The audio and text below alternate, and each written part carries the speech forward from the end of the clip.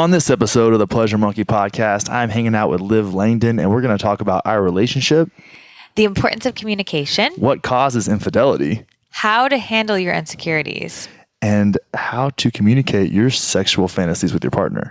Woo woo. It's going to be a good one. And guys, if you love the show, be sure to head over to iTunes, give us a 5-star review, and drop in some kind words. And if you love Liv being on the show, mention that in the comments as well. Yeah, I love nice comments. And before we jump into the show, we got to give some love to our homies over at onnit.com. And one of my favorite, I think you're my favorite person at Onnit. I think it's safe to say that you are my favorite person at Onnit. Food and Nutrition Director, Liv Langdon. What is up? Hey. What's going on over at Onnit these days?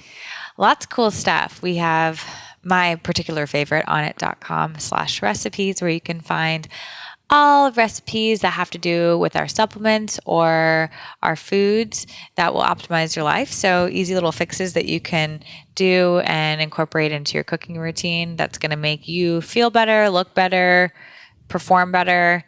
Some things we have in the pipeline. We have tailgating recipes coming up. We have a shake that's geared towards women during their menstrual cycle. We have another recipe for our men to increase blood flow to the areas that they want them to. Wink, wink. So a lot of cool stuff happening. I like to focus on flavor and function. So that's, I would say, the best resource for that. Yeah. And then you're coming out with some awesome recipes on the YouTube channel as well. Yeah. Same thing. What we're doing is we're videoing them on the YouTube, we're posting them on the blog, and then we're pushing them out on social media and the newsletter. Kick ass. I love it. Yeah.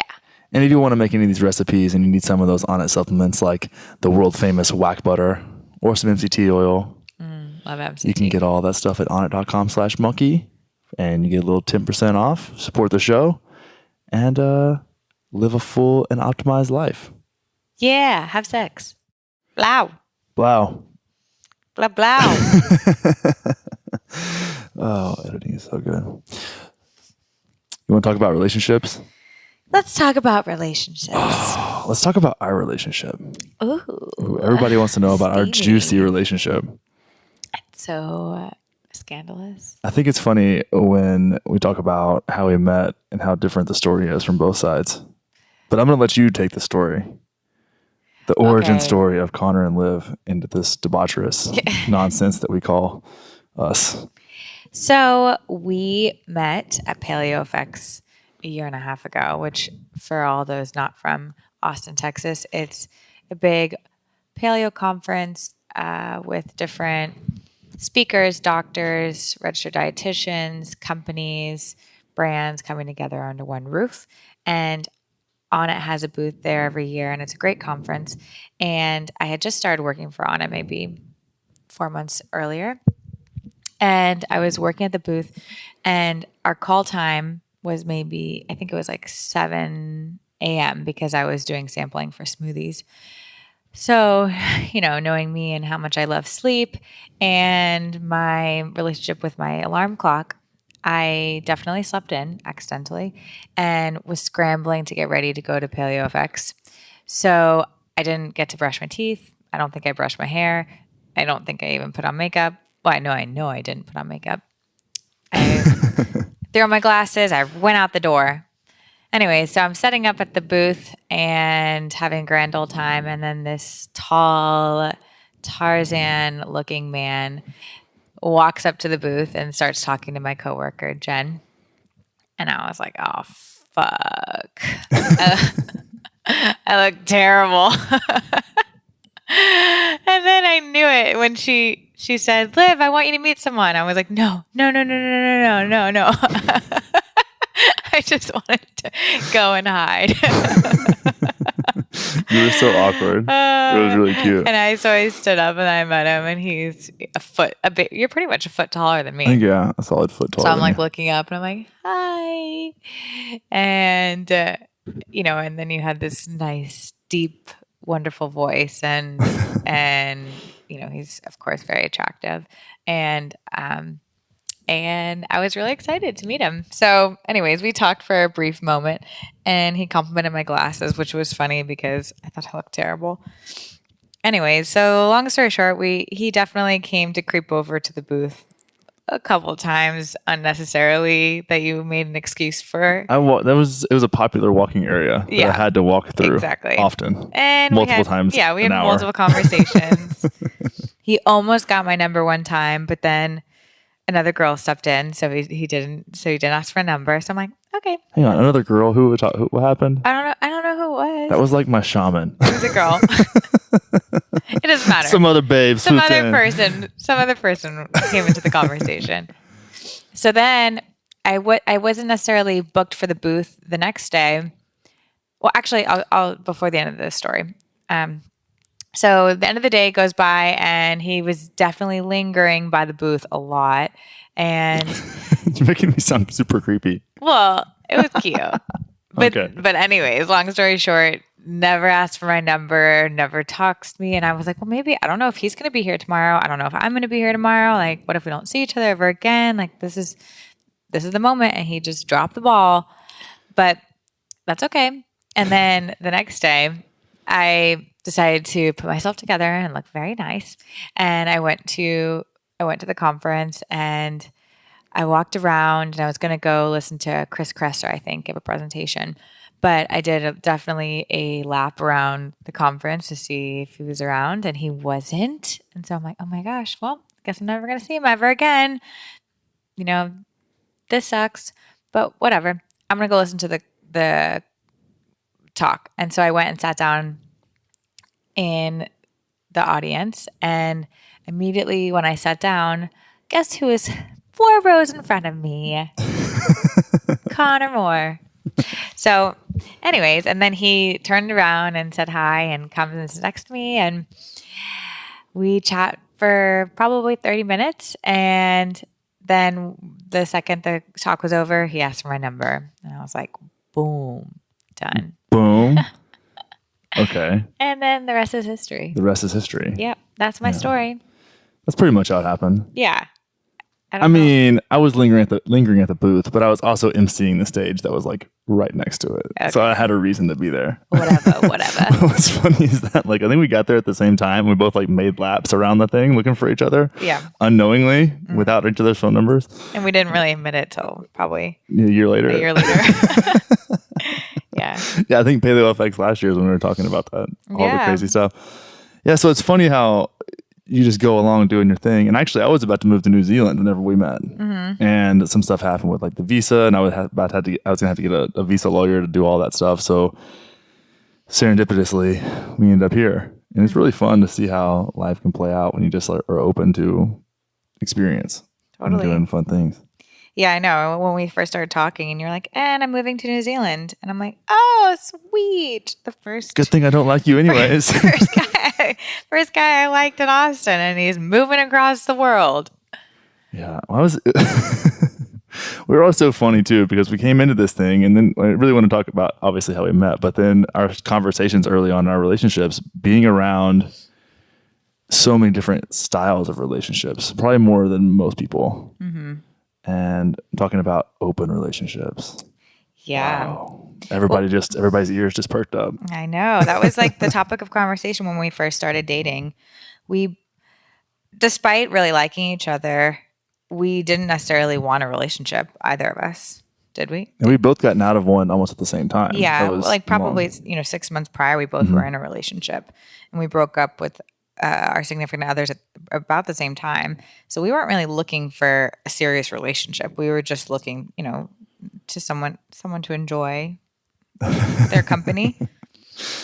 But yeah, we talked about open relationships. We were like, you know what? I think we both want an open relationship, not knowing really what that meant, because none of us had ever experienced one before. Yeah, we just had, I'd read Esther Perel's book, Mating in Captivity and Sex at Dawn, and intellectually understood why an open relationship like made sense. Mm-hmm. And we were both friends with some people that really lead the way in that sphere. In that sphere, exactly. Yeah, and I was curious. I was like, I wonder how that would work, because, and I think we'll talk about this later about my parents, but I think that at this point, my whole idea of monogamy and long-term relationships and marriages, and I put everything to question, I think everyone does at some point. usually like, in your 20s, you're questioning like, okay, what kind of life do I want to live? And that extends from relationships to professionally. Like the options are endless. It's just really a matter of what works for you. Exactly. So, which is really interesting because we started off our relationship talking about open relationships. We did decide not to pursue or continue pursuing an open relationship. What was that, like July 4th in the cutest way ever? But no, I mean, there was some things that we started to really explore what that meant to both of us. Because before you, it was just an idea. And before I met you, I was like, well, I can just date. Then I can just date like 3 girls and then be super honest about it and not have to worry about much because I'm just kind of out here doing the thing. And the universe is like, oh no, here's somebody you're gonna like fall in love with, and you got to deal with that. And I'm like, well, fuck, wasn't really planning for this right now, but here it is. And I think there was a point of like, what they say on that movie last night, like never underestimate the power of denial. Yeah, I was like, oh no, this is like it's casual. It's a casual thing. It's like casual feelings, but it is what it is. And it turned into... Feelings are never casual. Yeah. Never. Caught them feels. But it was cool. What I'm really grateful for is that we started out having what most people would consider really difficult conversations early. So we were talking about being attracted to other people early and how that was okay. And experiencing things is going to be a big part of how we have a relationship. So we kind of opened up a broad spectrum of communication out the gate. And I feel like that's added a lot of value to our relationship since then. Totally. We didn't have to go 2 years in and be like, oh, hey, like I saw a hot chick at Whole Foods the other day and I'd like ping all your insecurities. It's like we make it now. It's just playful to be that way. And it's funny. Yeah. We were really open right off the bat in terms of honesty. And we both are pretty loud and blunt people. So when we first met, that's what we discussed. We talked about, anywhere from girls you follow on Instagram to guys I found attractive to things I potentially would want to explore and you would want to explore. What happens when we travel? Are we going to be together? Are we going to not be together? Like where are our boundaries? And of course, sometimes those things sting a little bit.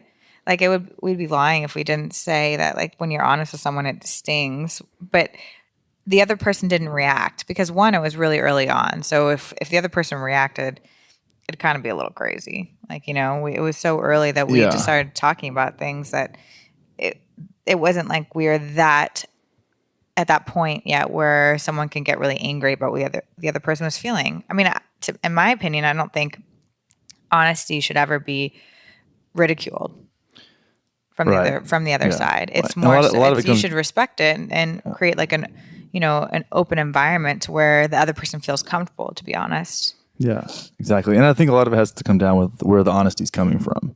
I can remember like a college girlfriend of mine that was dating and we had both like, it was funny. Like and this is obviously we didn't need to be in this relationship anymore, but we had both like made out with someone else over the weekend, and we were driving and it was like really tense. And at the time I didn't really have the language or like the emotional understanding to know like something was up, and she was whatever. She's like, I made out with, I don't know what the guy's name was, like Josh or something.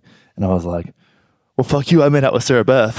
And it was like, we were being honest. We were just like using it as like a fuck you replacement, which is that's not a healthy container for honesty. No, a relationship should never be one-upping the other person. Yeah, exactly. But if it's coming from a place of compassion, understanding, and creating a deeper bond between the two of you, and then sometimes, your honesty is going to sting. And sometimes it's hard to say something that is going to change everything. Yeah. And it's like you have to back up your honesty with being there for what your honesty, the consequences of your honesty.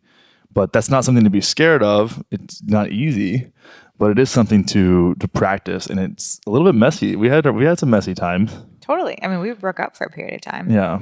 And, once we decided to be back together and wanted to pursue this and realize how much we missed each other and loved each other, we had some difficult conversations, that were very honest, very forthright, and whatever the other person was interested in knowing, like that's what we asked. And there are things that were said that hurt, but not in a way that the other person's trying to. I didn't think you were trying to hurt me or vice versa. It was just, okay, like let's lay this out on the table. Do you still want to be together knowing this? And that's fine. I mean, I don't think there was anything wrong with that at all. And clearly, I think it's made us stronger at this point because we're humans. I don't look at you as someone who's gonna. I think that some people look at a relationship as if they're their everything. How everyone says that person's my everything. Yeah. And I don't know, that drives me crazy because how could one person be your everything? Like that essentially means that you don't necessarily feel comfortable enough about yourself to be to have part of that. Like you can't put all of your eggs in one basket in one person because you're setting yourself up to be disappointed and setting expectations that are not, in my opinion, able to be ever fully met by another person. Like we all have our desires and interests and hobbies and sexual fantasies or whatever. We have all these different components of what makes us us. And to assume that one person is going to fill all of those things, I think is just irrational. Well, it is. And the further you go along too in a relationship, I think early on, because it is exciting and there's a novel component to a relationship, like that's easy to do, kind of. I would argue that it's easy. It's kind of easy to fulfill, like scratch all the itches early on because it kind of is. It's like, oh, this is a new thing. It's fun. I can project onto them all the things that I want them to be. And I don't really know enough to not do that. And I don't really need them to be consistent or stable or reliable or grounded for me at any point because this is just, it's new and fun and playful. And that's what it is. And then we start to construct the stories about what this can be. Oh, now I'm emotionally invested. Now I have the capacity to get hurt. Now my identity can be threatened. Mm-hmm. All of those things can get put into play. And it's just like Esther Perel talks about, and we'll probably bring her up several times throughout the podcast, but that sometimes the things that we want, we don't realize conflict each other. Like novelty and stability and reliability kind of are on the same spectrum at different ends. Mm-hmm. And if you can't have open dialogue and open conversation around those kind of things, then you're just setting yourself up for failure because you're fucked if you do, fucked if you don't. Mm-hmm. Right? Like, what is it on Trainwreck? She's like, you don't want to date the guy with that you had the best sex with ever. That guy's probably in prison. Like that's not probably what you want. But you also don't want like a boring 9-to-5er that just like doesn't do anything besides sit in a cubicle and like that's his ambition. Like that's not the same. Generally speaking, I would say like there's a spectrum and you have to be able to fluctuate and move with your partner and be able to communicate. Communication is the throttle for that. Yeah, I think so many relationships end or go sour when people aren't expressing their desires, their true desires with the other person, whether that's from an intellectual standpoint. Like I've had relationships where I'm physically stimulated, but I'm not mentally stimulated. And maybe that person just couldn't actually give it to me. That's fine. But I didn't even have those conversations. Like, how do you tell someone you're not intellectually stimulating me? I say that they don't give me a mental boner. And that usually ends abruptly after that. However, you can. If you feel as if like, you don't know, maybe that other person can give you those things, or maybe you can facilitate discussions by reading the same book or watching the same documentary and talking about your thoughts on it. Like those are things that are intellectually stimulating. Like Connor and I, we have like tons of like philosophical thoughts on life, which I love. Like we talk about it for hours and then it'll be like, okay, cool. That's awesome. Like, we think so similarly in terms of our existential ways of thinking. Yeah. I think there's something to be said for that too. That when you can stand up and stand up for what you believe in and what you think and how you feel about something and with a person that you're really connected to and have a lot of trust in, and have an honest dialogue, then you can really start to shape your understanding of who you are too through that. Like you're seeing a really true reflection, and that person can disagree with you in some ways or challenge your thoughts and ideas, and it really helps you communicate better. And if you do that in all, most of your relationships aren't going to end in like kids and marriage. Yeah, right. Well, of course, that's right. Exactly. So if you can do that in your relationships, and the ones that you have, even if you're going through and practicing that every time, like it's going to be clunky at first. But if you can learn how to create that dialogue, it's going to help you when you do end up in that style or that relationship that you want it to be long term, and that you're able to really bring a badass version of yourself to that entire relationship and communicate and be a leader in communication in that relationship. I think that's something that people miss, those opportunities by acquiescing to someone too soon within those like short or those new relationships, and ones that, you know, like I said, we said most will end. So yeah, I've learned so much about myself in and out of relationships. When I'm single, completely single by myself, doing my own thing, that I learn a ton about myself, what I'm capable of, the way I think, things that interest me, because I'm not really living for anyone else outside of myself. But I also learned so much about myself in a relationship, and how to interact with another human being, and compromise and communicate, and how to express my own feelings. Truly, like there's so many aspects of a relationship that are so beneficial, whether they work out in the long term or not. And I think that people, are, and everyone's a component of it, or a proponent of this, is that, you're devastated if a relationship fails, but you are always stronger afterwards. yeah. And if you're not, you're allowing yourself to be weaker. You're facilitating that. You're, I think, basking in your own sorrows. You're creating the environments for like victimhood, and it's something that was brought up about this podcast was closing the gratitude gap. And I kind of came up with that phrase as the time between an event and when you have gratitude for that event. Like I can look back right now and think about like my high school girlfriend, and when that ended, and it ended so, and like it went down in flames after like 4 years or something. Like I was completely devastated and thought my life would never be the same. And of course, it wasn't ever the same, because that was a big event for me at the time, and I like grew from that.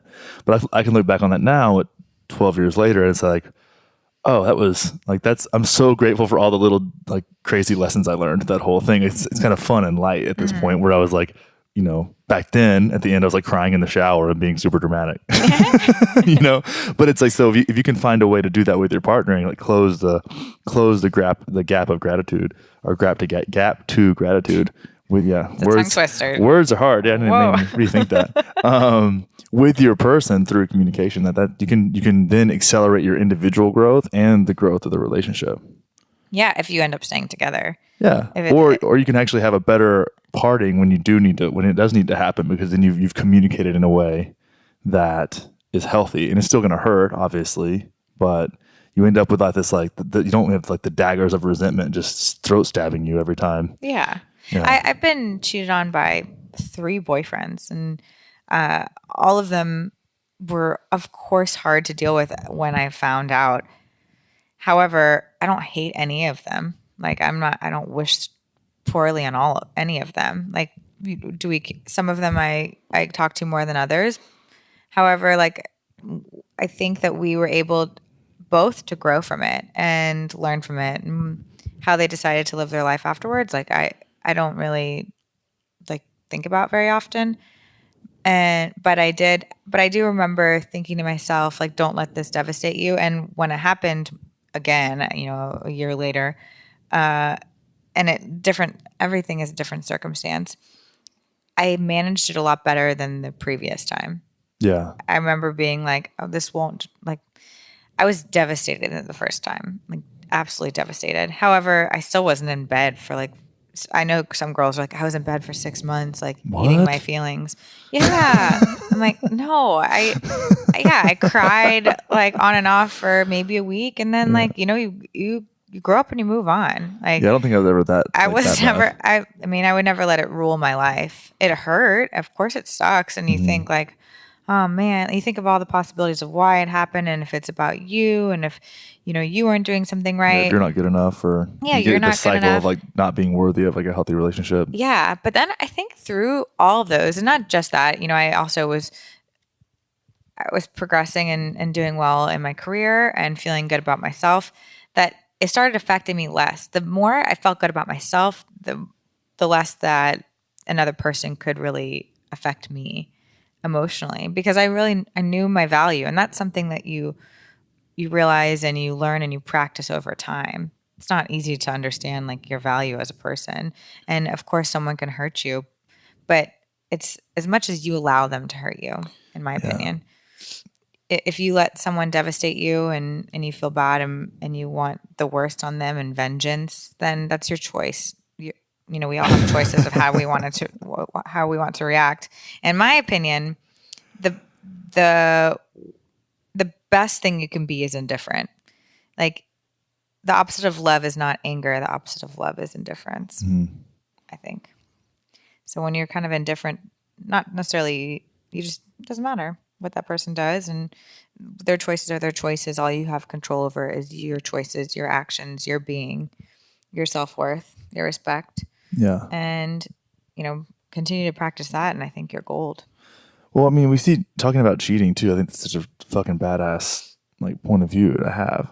And why do you think that infidelity or cheating or whatever you want to call it is such a I would say quote unquote problem in our culture now?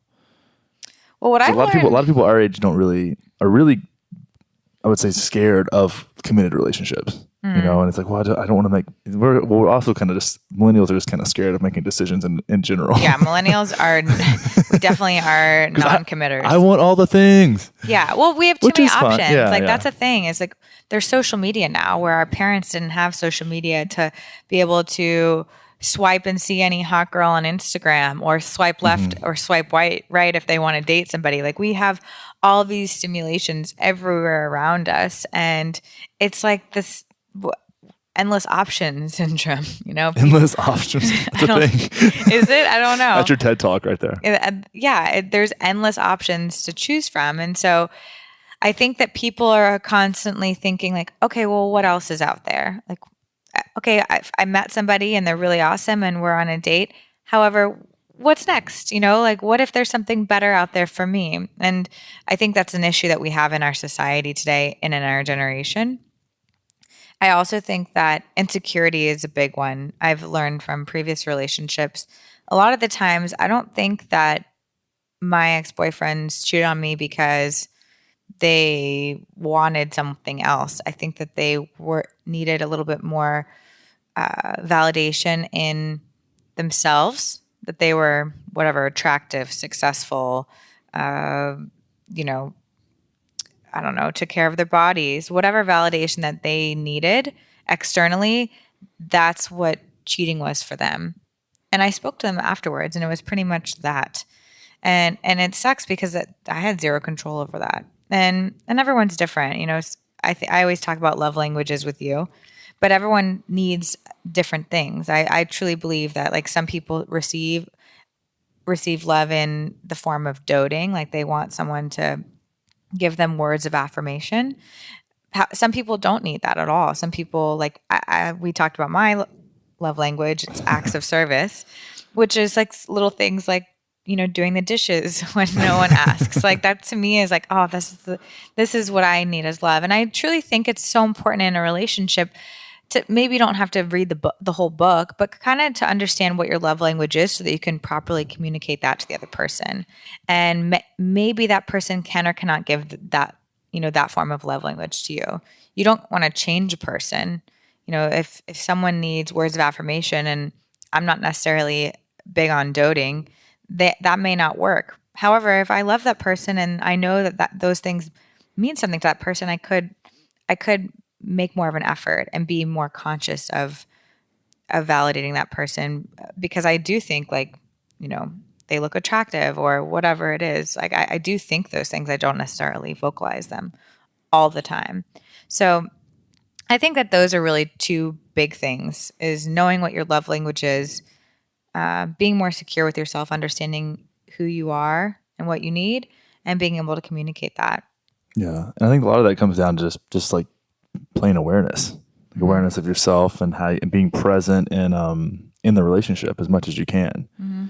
I think that's one thing we said yesterday. We were kind of talking about doing this show, and it was like the one thing that's really probably the reason that I'm in this relationship, like in the way that I am, and am as fully in it as I am, is because this is one of the only things that I get to do where it feels like nothing else exists. Mm-hmm. Sometimes for just a little bit, which is, I've never had that before, and that makes being present easy, but being present isn't always easy. Like, I'm reading The Wise Heart by Jack Kornfield right now. It's a fantastic book, and he's talking about people being at dinner. Right, they'll go to this great restaurant, and you could probably resonate with this. And they'll be eating dinner, right, and about halfway through the meal, they'll start talking about other great restaurants. Right? It's like, oh, but if you've been to that French place downtown, how about this new spot over here? And it's like they're no longer present in the fantastic meal that's right in front of their face and giving it the attention it deserves, because now they're talking about other restaurants they should go to in the future. And a lot of times that's how relationships go. It's funny. It's really it's really funny to see how we can get so easily distracted and pulled apart, but just because we don't have the tools to anchor in presence and actually be there with the person.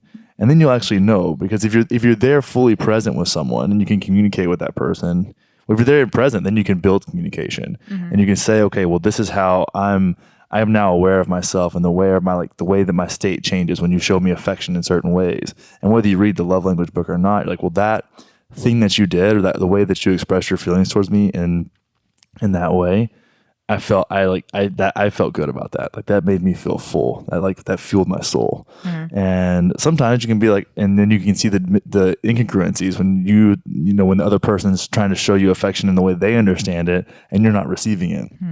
So being aware of those things is so huge. Totally. But it all comes back down to being able to verbalize it, which takes a ton of practice too.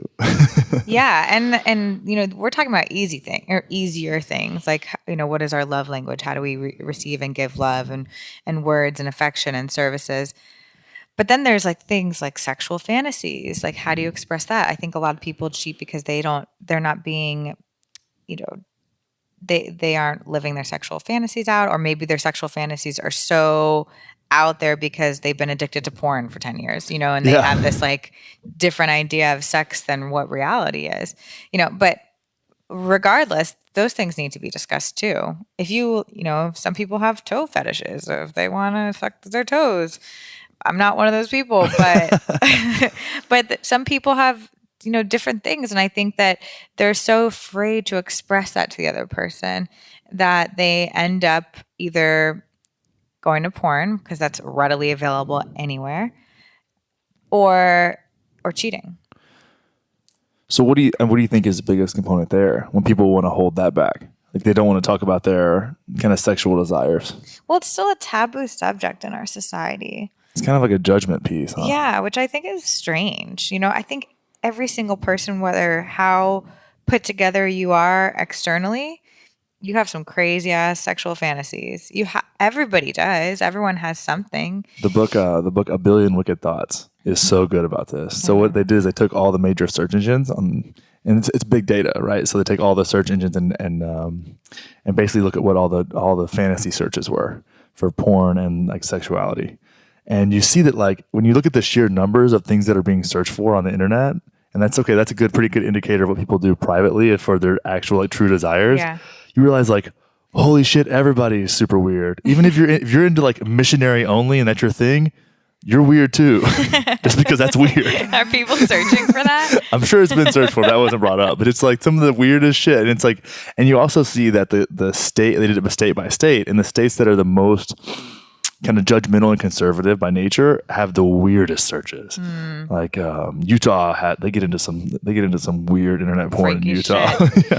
But it's funny, and I think you can come to a place, because what's going to happen is that whenever somebody expresses something and you feel like that's not you're going to feel bad about that, or you're going to place judgment because of some societal implication that is wrong or weird. And then sometimes people just want to have a place, like, think about, and I think we have a pretty good container for this, is being able to explore things like, I don't know what I don't know. There's a lot of things that in our relationship, sexually and not sexually, that I didn't know to do or try to do or to how to even present that. So it was just being able to explore, like, oh, I kind of like this, I don't like that, and not judging based on the result. It's like, well, we tried and it was, we can move on now. Like, let's never do that again. Let's do that all the time, But there's not a judgment around it being right or wrong. It's just more experience and more context that then we can take forward and into the rest of our lives too. Oh yeah, and that's what I don't think it'll ever die as you get older. But I think that we're really good about doing that kind of stuff. About keeping it spicy. And if it's not spicy, let's make it more spicy, and let's figure out how we can make it spicy. And like, do you, what do you want? What do I want? Let's talk about it. Like, these are conversations we have, not frequently, but I would say like we've had a couple of them in the length of our relationship. One of the funniest ones was the other night when you were talking about my sexual personas. Oh, yeah. The 5 Connors of sex. Yeah. He does. He identifies he's like the love-making Connor and then like the gorilla Connor, Like there's so many different types in the bedroom, which is great because that keeps it interesting too. Which one am I going to get today? Yeah. It's like Russian roulette. Yeah, totally. But I think that's important. And I don't know enough about other people's relationships, but I have spoken because a lot of people don't talk about their sexual relationship, whereas that's why I love our group of friends is we know everything about our group of friends. It's almost unrealistically like expressive. I love it though. It's almost hard to even go back to like I think it's fascinating. Oh, I think it's fantastic. It's so much better to talk to your friends about their sex lives than it is to watch a porn star and try to think that that's her sex life because it's probably not. That's her job. Yeah. Oh, absolutely. That's the thing. I think that our like circle, our little community here, and some other ones I have some other friends that have a really open, expressive community is definitely a new baseline. When I say it's unrealistic, I mean it's like unrealistic to expect that of a bunch of people right off the jump, but you can facilitate that. It just takes time and what I found even working with people and in like the online communities and working with groups is that once you create a container for non-judgment, then the floodgates open. Oh yeah. Like when somebody says something that most people would think is kind of weird and everybody's like, "Oh, cool, that's awesome. Like tell me more about it. How can I support you in that?" Yeah. And they're like, "I'm free. I can do all the things." It's so crazy. And if you can be grounded for that for someone in a group or individually in a relationship or just a friend or just an acquaintance, like you become very valuable to the growth of what we would call consciousness on the planet in a way, little by little in your own way. Yeah, and that's something I've kind of learned as I've gotten older is that the more transparent I am in anything, the more receptive people are to me. I never really realized. I'm slowly realizing what I bring to the table. If you're around a group of like successful entrepreneurs who are 15 years older than you, you think like, or I think at least, what am I going to bring to this conversation? Mm-hmm. But transparency has been one of those things that is always applauded. And if I'm talking about something maybe taboo or like anything from like relationships and sex to hating working out sometimes, even though I'm like in the health and fitness profession, things that like people are like, "Oh, wow, I'm surprised that you would say that." It opens up a conversation much deeper than surface level. And a lot of people have something to say about it and they appreciate when you're transparent too.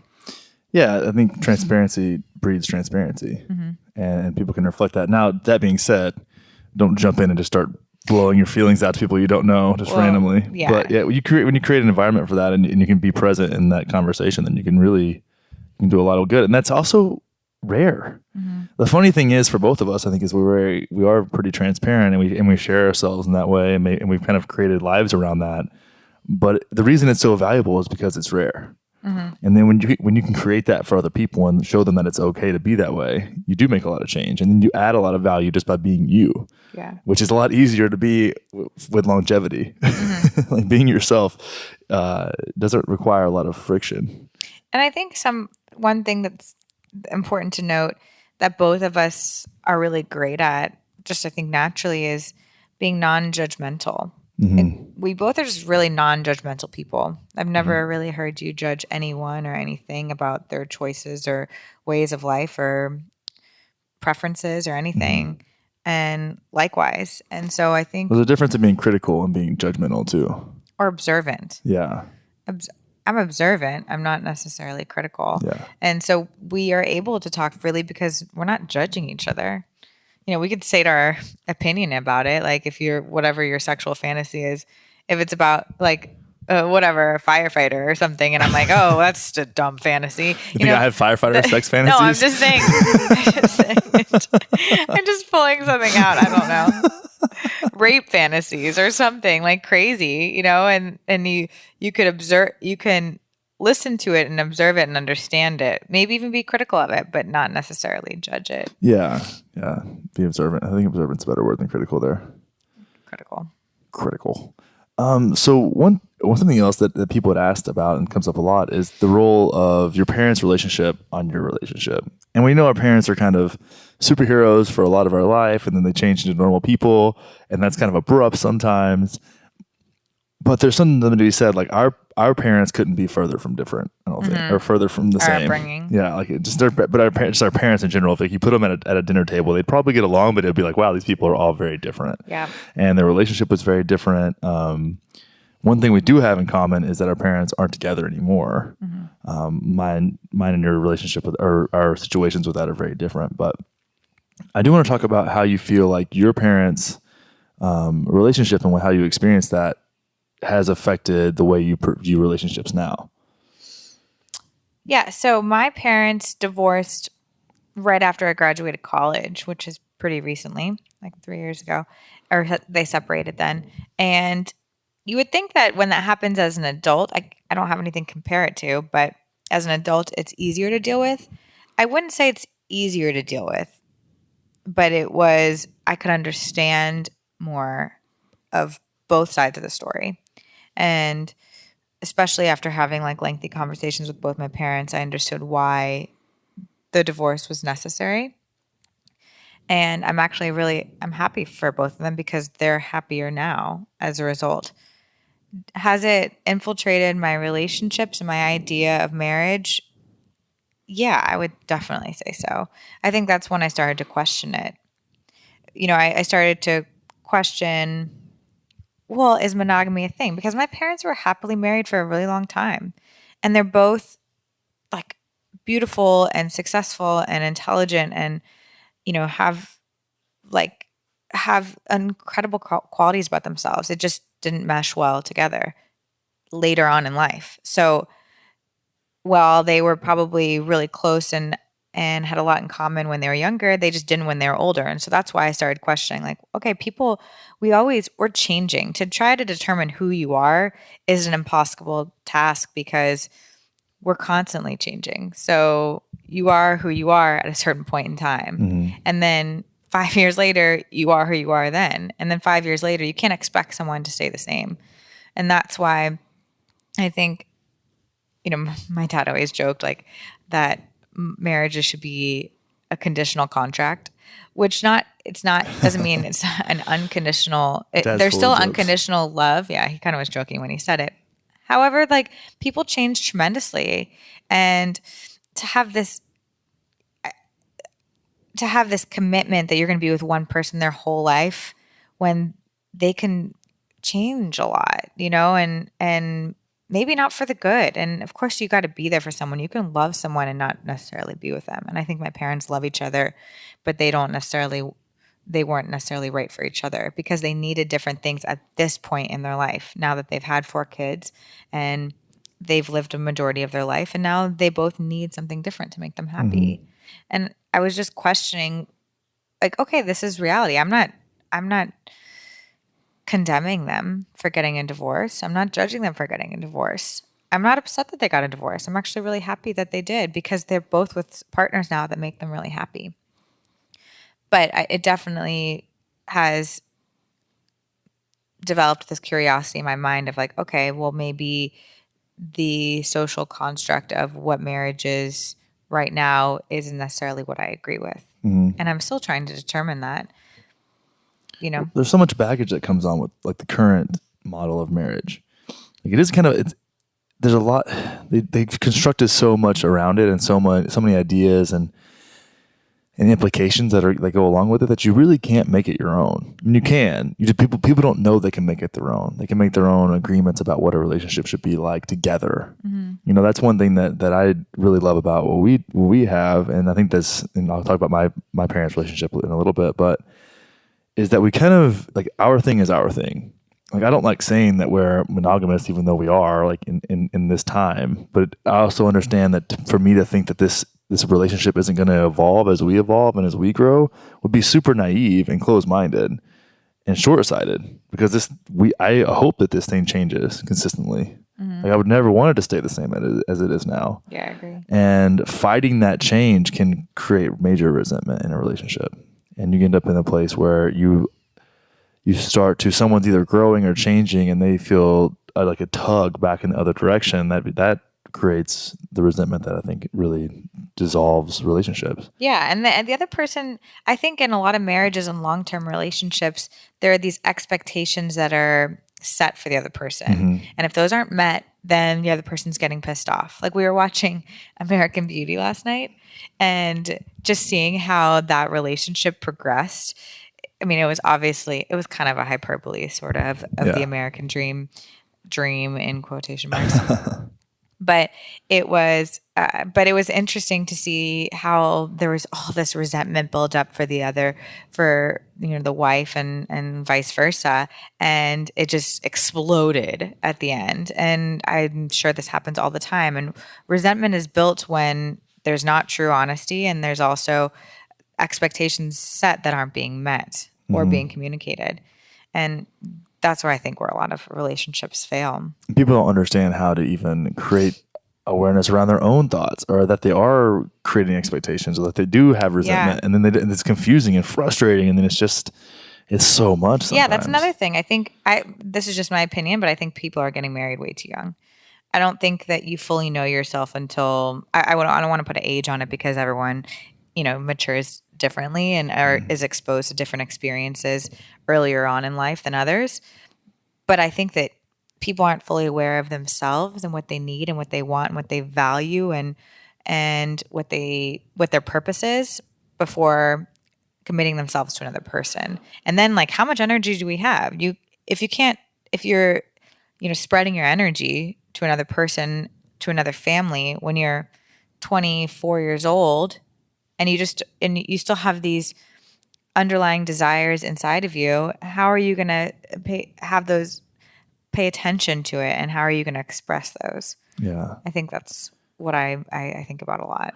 I don't know if it's actually like a physical age thing as much as it is. If we had the tools early on, if we were taught how to understand ourselves and communicate, then you get married. You can get married when you understand how to communicate your feelings at a pretty good level and understand yourself.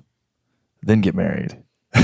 Yeah, I don't think there's an age to it at all. Yeah, for sure. It's just, but we get told like here's the fairy tale and here's the goal, and we're also goal oriented as a society in the West. Anyways, it's like, well, here's the thing, here's the idea, here's this illusion, and now go get it. And you're like, oh, you're like 22, 23, 24. Like, I'm gonna get the thing that they told me I was gonna get, and it's gonna be beautiful. And then you're 45, and you're like, what the fuck just happened with the last 20 years? Yeah, it's crazy, and it's not that it's bad, and I think people reconcile it well, but it could be better. There's room for improvement there when it comes to how people perceive what a relationship can be and should be. Yeah. And there's, like I said, there's a lot of baggage associated with it that I think we can just get rid of that and still maintain this very pure style of commitment to each other, and just redesigning what that means based on our understanding of ourselves and each other. Yeah, I completely agree. Yeah, I mean, like with my parents, and I went through this pretty quick. Like they got divorced when I was like 2 or 3, but it was super dramatic. Like there was a lot of fighting and a lot of whatever. Like I think my stepmom and my mom got like in a fist fight one time in like a front yard, like some crazy shit. Do you remember? Or I remember. I don't know if I was there. I think I was in the car or something. I don't really know, but I mean, there's all kinds of stuff. Like, and I think a lot of the things that I dealt with and I feel like you have probably a little more of a typical parental situation, right? Like a lot of people's parents get divorced after they graduate high school or something like that, just because they needed to get that. If your kids are 16, you might as well wait the extra couple of years, and I think that happens a lot, especially now because people are coming to terms with that thing in their mid 40s. But for me, it was like my mom got pregnant when she was young, so she was 19. Yeah. So she had me 18 days after her 20th birthday. Oh my gosh. So our birthdays are just January 5th. Mine's the 23rd. I think my math's right there. I'm like, oh no, I blew it. But no, so they got divorced when I was young, and then when she was pregnant with my brother and she didn't know, and my dad cheated on her a bunch of times. Like they were just kids that didn't know what the fuck they were doing. Right. And we bore the brunt of a lot of that. Like that's one thing I think about a lot, is that there was a lot of fighting over me, and that didn't help me at all. It was about them. They made it about them, and they didn't know what they were doing. They didn't have the tools. They were kids. I mean, they were younger than I am now. During this, so I can't be hypercritical, but like things like, I experienced things like watching my mom get like beat up by a dude, which really fucked me up. And I was like 5 or 6 or something like that. And it was interesting and seeing how these like how toxic relationships can be and how toxic people bringing in like these incomplete versions of themselves to each other and then trying to force it to be something and then harboring all this toxicity. Like I came to terms with that at such a young age that it has led me to question. I've always questioned everything because I didn't have a choice but to ask myself why. When you see shit like that and you're around that a lot so much, like I've been asking myself why since I was a kid. I remember I used to sit in I used to live with my grandparents growing up, and I would sit in this tree that we used to climb. And I would just be thinking like early wanderings of Connor Moore. Like why? Like why this? Why that? Why would this happen? Why isn't my mom here? She's been gone for like 2 months. Like, it's like, it's the weirdest thing. And since then, I think it created a pretty decent framework to really, first off, be compassionate because forgiving for that stuff isn't easy, especially at an older age. Mm-hmm. But, just never like wanting to stay so far away from like that. Like I'm so like fearful of having any kind of like toxic resentment in my life like that. I just saw so much of it, and to the point where I made it a part of my mission of this life is to remedy as much of that as I possibly can, just because it doesn't belong here anymore. Like we have the tools, we just have to be able to communicate them. And that's so big. I think that's so big in everyone's life. Like everyone's life, it doesn't have to be as crazy dramatic as like the story that I had to understand that like resentment and toxicity in a relationship is one, super avoidable. It just takes some work. Like it's simple, but it's not easy. And we have the tools to do it. It just takes effort. Yeah. And takes understanding the hard truths, Yeah, I think, we talk about all the things that make that we believe fail relationships, but we also haven't touched on the fact that all these things take time and it's a journey and it's hard. Like there are really difficult moments where we've been on the verge of being like, okay, let's cut it. Let's learn from this and move on. But we've always chosen each other. And I think that some people forget because everyone's seeing everyone's highlight reel on social media and they think that, oh my God, their life is so much better. The grass is greener syndrome, like all the time. But everyone goes through their shit. We go through our shit too. You have to like being expressive and honest is hard work. And it takes a lot of looking into yourself and a lot of empathizing with the other person as well. Yeah, and being able to communicate where we come from too. Like you understand a lot of things that, I mean, you can, I don't know, speak to this a little bit. If you talked about taking time to things being hard, like there's obviously we both brought our own experiences into this thing. But what are some things that, I'm gonna put you on the spot. Oh, what are some things that you, through like difficult conversations that we've had, like realized about me and us and like how we can take responsibility for that in growing a relationship? I think because one of the things early on I realized, because the last 3 relationships I've essentially ran from because the opportunity was there, because, I was cheated on. It was easy for me to be like, okay, cut it off, cold turkey, this is it, move on. That anytime anything went hard in our relationship, it was difficult to talk about, I wanted to like cut loose. I always was like, okay, this is it. But I was so conditioned to be that way. Like when something went terribly wrong in a previous relationship, it's over, like move on.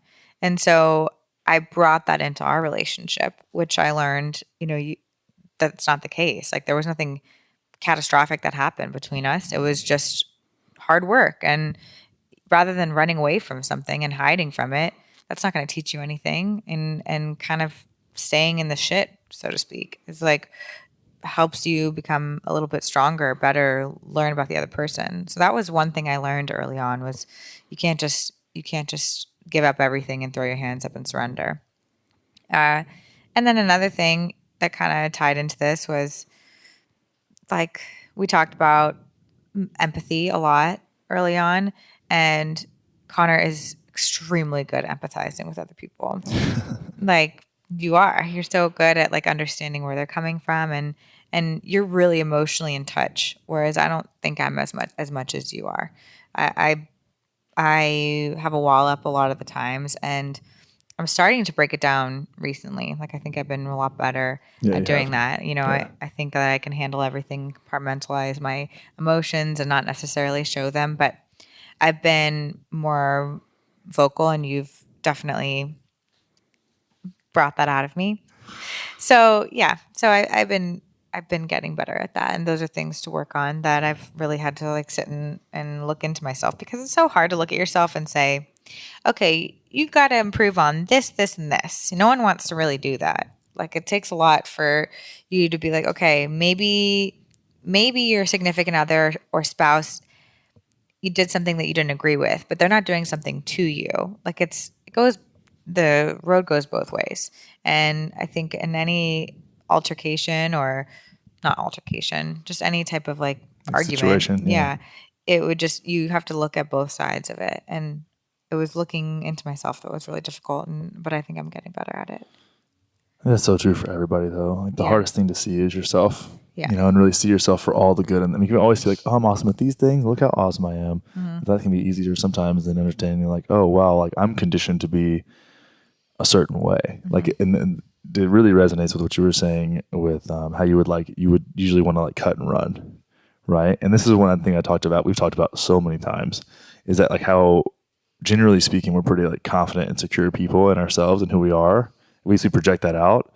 But there's like that kind of like your propensity to want to just like when things got hard or something got shitty, you would just like close off and want it to be you would put yourself out there. And then I have, based on your experience in life, that's how you react to those scenarios. And based on my experience in life, where I'd been like abandoned so many times, like growing up, like those things lined up in such a painful way for both of us. Those two, like I would call it insecurities, like lined up in our experience where we didn't have a choice but to really address that. Mm. It's because that's what you wanted to do was run, and what I wanted to do was not be abandoned. So it's like we were like, and it was so out of character because it would bring out like these two completely different fucking people. And we were like, once we started to be able to kind of reconcile that, I think that was a humongous shift. Mm-hmm. But we had already had a lot of communication on the front end about how to even communicate with things that were easier than that. God, that was like the best decision we made in our relationship. What? Just being open and honest from day one. I just think that more people should. And sometimes it hurts and it's off-putting. Like it gets easier though. I remember when we first started dating, Connor was like, God, you're so not my type. I'm like, what's your type? He's like, well, tall, brunette, and skinny. And I'm like, what? I think I just said skinny brunettes. But there's also things like thick, white, and short. But it was, even though it stung, I'm like, all right, this is how it's going to go. But it's fine. And now we laugh at it all the time. I mean, actually, I laughed at it in the moment because it was so early on that I was like, who says that? Yeah. But also it was week one.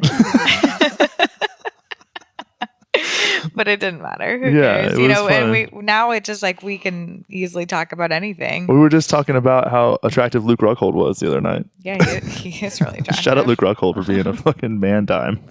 Yeah, super but it becomes playful when you put a little work into it. Like the result of the work is just being able to play easier and play more.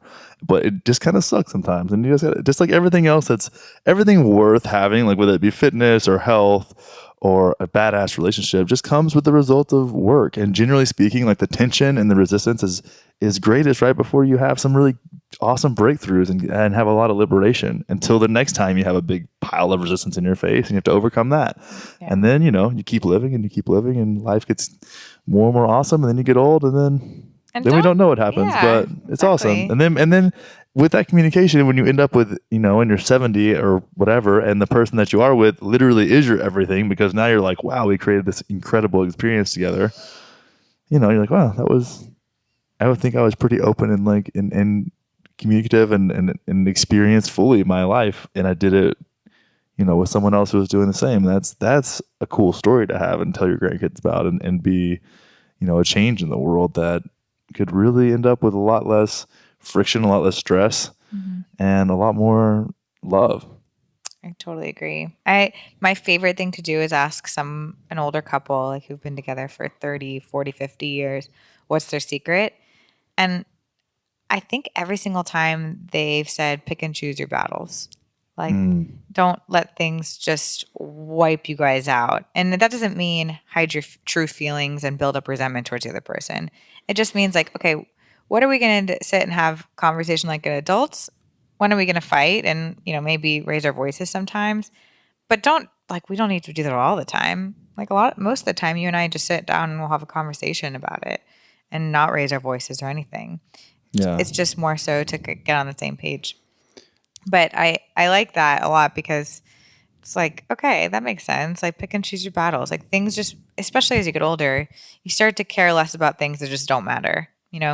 Like you don't take things too seriously anymore. Right now it's like about the right things. Yeah, like can you imagine like a 70-year-old woman getting mad at her husband for looking at other girls on Instagram? Like they don't give two shits. Like what's Instagram? It's just whatever, but let's say like our generation, we're using Instagram when we're 70. I don't know. Maybe we will, maybe we won't, who knows? But like, I mean, I don't get mad now, but let's say like, I'm definitely not going to get mad when I'm 70. Like, I don't care.